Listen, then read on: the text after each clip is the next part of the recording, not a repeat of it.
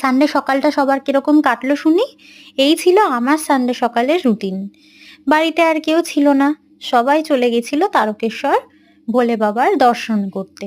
আর আমি বাড়িতে বানাচ্ছিলাম সবার জন্য একটু স্পেশাল কিছু ডিশ। সেটা হচ্ছে চিলি চিকেন আর মিক্সড ফ্রাইড রাইস। এই যে এনার মতো সুখ আর জীবনে দেখেছেন কারুর? এখানে মোটামুটি টুকটাক করে একা একা যা করা যায় টুকটুক করে কাজ করছিলাম।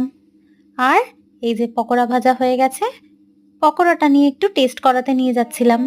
কারণ আমাদের বাড়িতে আরও একটা বাচ্চা আছে, সেটি হলো আমার বর, যার পকোড়া মানে চিকেন হলে বা পকোড়া হলে তাকে দিতেই হয়, মানে বাচ্চাদের মতন আর কি।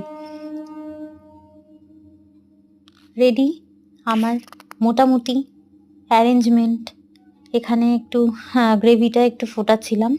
তো দুপুরের খাবার রেডি। এই যে ফাইনাল লুক এটা ছিল।